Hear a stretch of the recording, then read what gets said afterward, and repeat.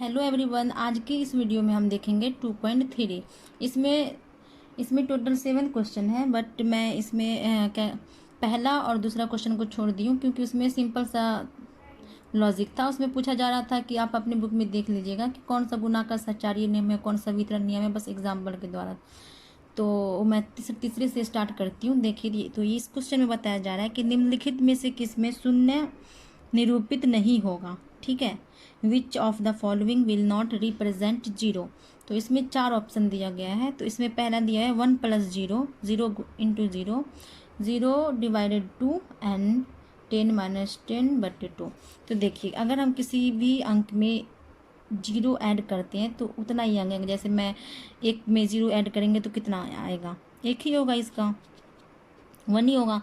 जैसे 2 में 0 करेंगे तो 2 ही आएगा, 100 में तो 100 ही आएगा। फिर दूसरे में देखिए कि इसमें बोला जा रहा है 0 इंटू 0, तो ऑफकोर्स यह 0 होगा। अगर मैं किसी भी अंक को अगर 0 से हम गुना करते हैं तो वो 0 ही आता है, किसी भी संख्या को।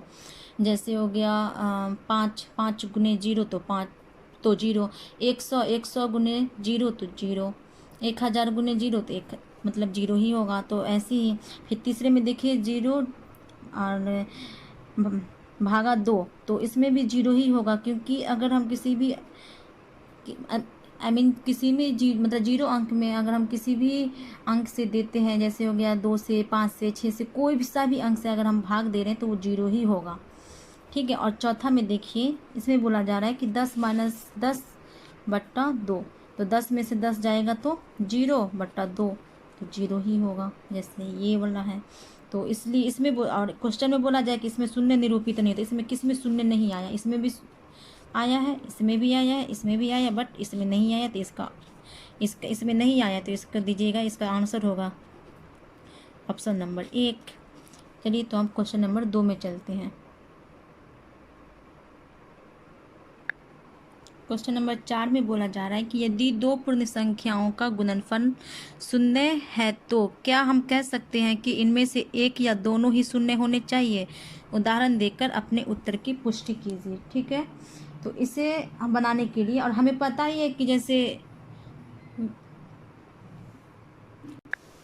वी नो दैट अगर हम किसी संख्या को 0 से गुना करते हैं तो 0 ही आता है, जैसे कि हम इससे पहले क्वेश्चन में हम बता चुके हैं। ठीक है, जैसे अगर हम लिखेंगे यहाँ पर 0 इंटू 0 तो 0, 0 इंटू 1 तो 0, 0 इंटू 9 तो 0 ही होगा। तो at least one of should be 0, मतलब दो, इसमें बोला जाता है यदि 2 पूर्ण संख्याओं का गुणनफल शून्य है तो क्या हम कह सकते हैं कि इनमें से एक या दोनों ही शून्य होने चाहिए। पूर्ण संख्या तो 0 भी पूर्ण ही संख्या है, तो एटलीस्ट एक तो 0 होना ही चाहिए। तो इसमें तो इसलिए इसमें बोला जा रहा है, इसमें ये 0 0 ही होगा। तो इसमें बोला जा रहा है कि उदाहरण देकर अपनी उत्तर की पुष्टि कीजिए। तो हमने तो ये वाला उदाहरण दे ही दिया, तो हम ऐसे लिख सकते हैं कि at least one of them should be 0, क्योंकि अगर एक इसमें 0 रहेगा तभी तो कोई भी संख्या को अगर हम गुना करेंगे तो वो 0 ही होगा। ठीक है, तो अब चलते हैं हम नेक्स्ट क्वेश्चन में। इस क्वेश्चन में बोला जा रहा है यदि 2 पूर्ण संख्याओं का गुणनफल 1 है तो क्या हम कह सकते हैं कि इनमें से एक या दोनों ही 1 के बराबर होनी चाहिए। उदाहरण देकर अपनी उत्तर की पुष्टि कीजिए। इससे पहले था 0 वाला, ठीक है, तो अब ये है 1 वाला। तो चलिए हम पहले देखते हैं कि वी नो दैट अगर हम किसी संख्या को 1 से गुना करते हैं तो हमें उतना ही संख्या आता है जिससे हम गुना करते हैं। जैसे अगर हम 1 को 0 से गुना करेंगे तो ये तो 0 ही होगा, ये तो बात, क्योंकि 0 से हम गुना कर रहे हैं 1 को। अगर हम 1 को 1 से गुना कर रहे हैं तो 1 ही होगा। अगर हम 1 को 2 से गुना कर रहे हैं तो 2 होगा। 1 को 8 से गुना कर रहे हैं तो 8 होगा। वही संख्या हमें प्राप्त होगा जो जिससे हम 1 से गुना कर रहे हैं। तो इसमें बोला जा रहा है कि क्या गुणनफल 1 है तो क्या हम कह सकते हैं कि इनमें से एक या दोनों ही 1 के बराबर हो। एक तो 1 के बराबर होगा, बट दोनों तो 1 के बराबर, क्योंकि दोनों को 1 के बराबर होने के लिए हमें यहाँ पर भी 1 की ज़रूरत होगी, जैसे कि ये है। तो क्योंकि तो हम ऐसे लिख सकते हैं कि बोथ ऑफ देम, इन दोनों में से इन दोनों को must be 1, both of them must be 1, क्योंकि दोनों को 1 होना चाहिए तभी हम 1 प्राप्त कर सकते हैं, जैसे कि ये है। वरना अगर यहाँ पे अगर हम कोई और नंबर चेंज कर रहे हैं तो उतना ही नंबर आएगा, जितना हम चेंज कर रहे हैं, जिससे हमें गुना करना उतना ही नंबर आएगा। चलिए, तो अब आई होप कि ये क्वेश्चन आप समझ गए होंगे, इससे पहले वाला 0 वाला भी समझ गए होंगे। चलिए अब हम नेक्स्ट क्वेश्चन में चलते हैं। क्वेश्चन नंबर 6 में हम देखेंगे कि इसमें बोला जा रहा है वितरण विधि से ज्ञात कीजिए। ठीक है, इससे पहले एक वीडियो में हम बता चुके हैं वितरण विधि द्वारा कैसे हम निकालते हैं। तो अगर आपको ये समझ में नहीं आता तो इससे पहले वो वाला वीडियो जाकर देखें, उसके बाद इस वीडियो में आए। ठीक है, तो चलिए हम ये वाला क्वेश्चन बनाते हैं। तो पहले इसमें क्या बोला जा रहा है, 638 गुने 101। तो हम इसे तोड़कर बनाएंगे, तो हम ऐसे इसको लिख सकते हैं, 638 को ऐसे ही रहने देते हैं। ठीक है, और 101 को हम ऐसे लिख देते हैं, 100 + 1, बात तो बराबर ही होगा, 100 + 1 101। तो अब हम ऐसे इसको तोड़ेंगे, 638 गुने पहले 100 से, फिर प्लस, फिर 638 गुने 1 से। फिर देखिए, अगर 638 को 100 से गुना करेंगे तो वही 638 लिख कर जितना जीरो उसमें बैठा दूँ। इससे पहले हम बता चुके हैं, उस वीडियो को पहले देख लें, उसके बाद इस वीडियो को देखें। अगर आप इससे पहले बताएं किसी भी संख्या को 1 से गुना करते हैं तो जो संख्या से हम गुना करते उतना ही आता था, 638 का 638 ही होगा। अब दोनों को ऐड कर देंगे हम। ठीक है,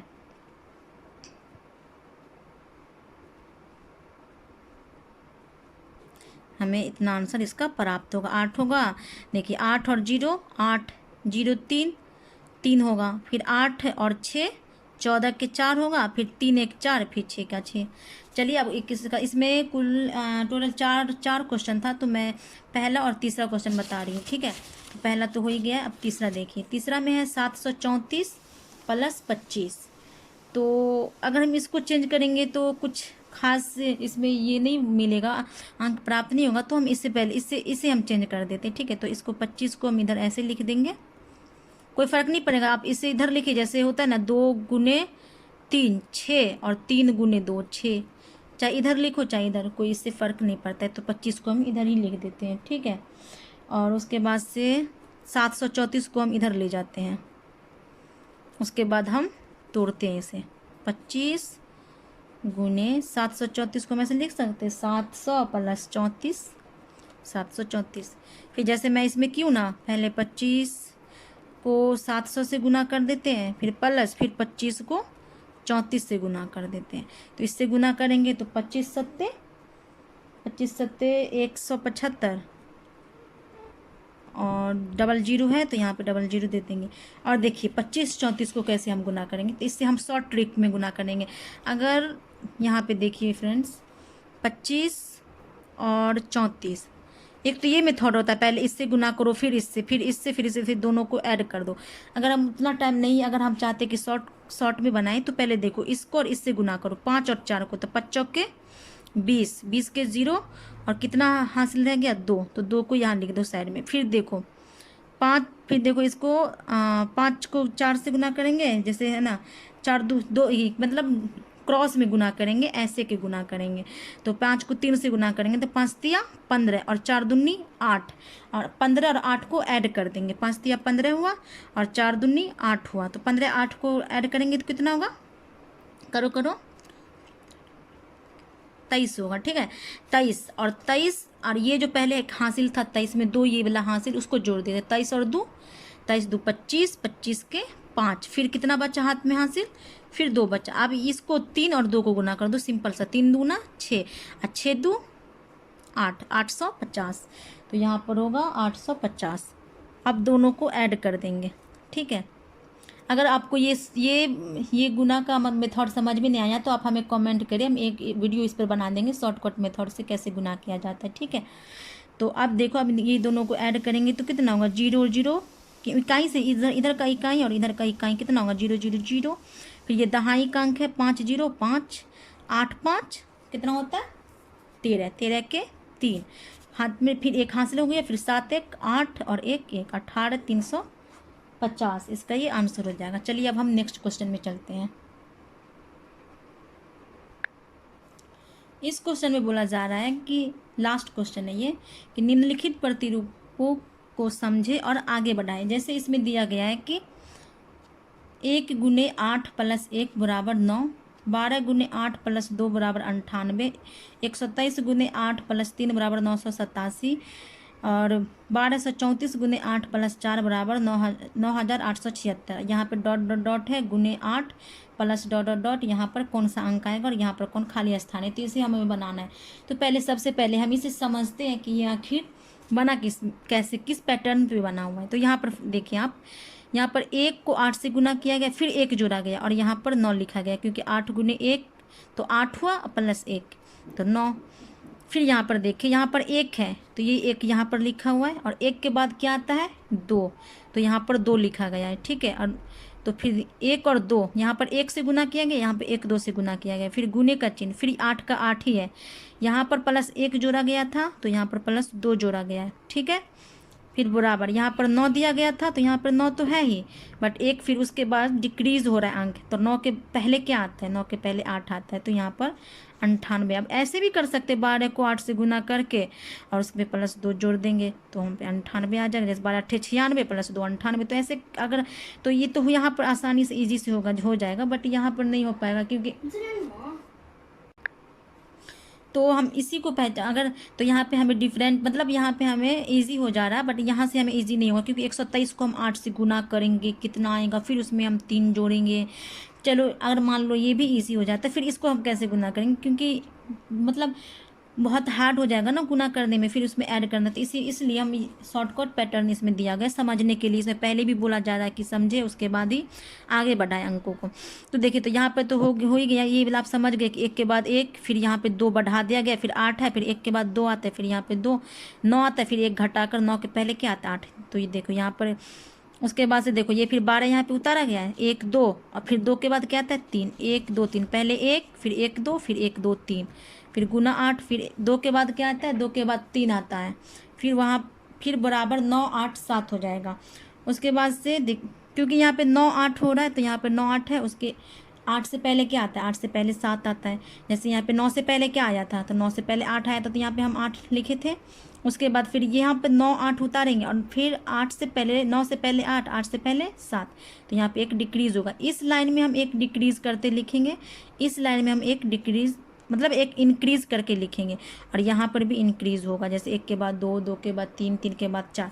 फिर देखिए इसमें भी वही बोला जा रहा है, देखिए यहाँ पे 1 2 3 है, फिर 3 के बाद क्या आता है फिर 4 आता है, तो 1 2 3 4, ठीक है।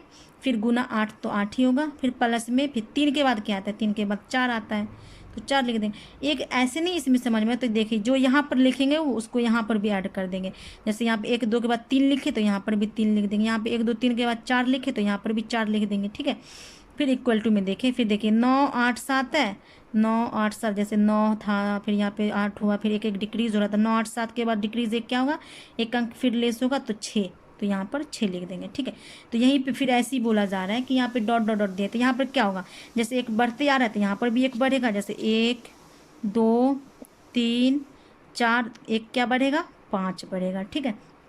फिर यहाँ पर 8 का 8 होगा, फिर यहाँ पे 5 बढ़ा है ना, तो यहाँ पर भी 5 ही लिखाएगा, यहाँ पर भी 5 लिख देंगे। वैसे भी 4 के बाद 5 आएगा, यहाँ पे 5 है तो यहाँ पर 5 लिख देंगे। उसके बाद यहाँ पर देखिए फिर इसी को उतार देंगे, पहले 9 8 7 6। उसके बाद देखिए इसमें एक एक घट रहा है, तो यहाँ पर भी एक घटेगा, तो 6 के पहले क्या आता है 5। अंक में तो बढ़ेगा, बट अंक में बढ़ेगा, और ये जो जैसे 6 तो 6 से पहले एक 5 आता है तो वो घटेगा। बाकी इसको गिनेंगे तो ये तो पहले 1 आया, फिर 2 है 3 है 4 है, फिर यहाँ पे 5 अंक है तो ये बढ़ेगा। फिर यहाँ पर देखिए एक और बनाना है, तो यहाँ 5 आए, 5 तक लिए हैं तो यहाँ पे 6 तक लेंगे, 1 2 3 4 5 6, ठीक है, इंटू 8 प्लस यहाँ पर हम 6 लिए तो यहाँ पर भी 6 लेंगे। वैसे भी यहाँ पे 1 2 3 4 कर रहे हैं तो 5 के बाद 6 आएगा तो 6 लेंगे। फिर हम इसे ऐसे ही 9 8 7 6 5 तक लिखेंगे, 5 से फिर एक अंक पहले लेंगे, कितना तो 4। आई होप कि आप समझ गए होंगे ये। अगर आप नहीं समझते तो हमें कमेंट में बताएं, हम फिर से कोशिश करेंगे बताने की। और इस वीडियो को प्लीज़ लाइक करें, सब्सक्राइब करें, और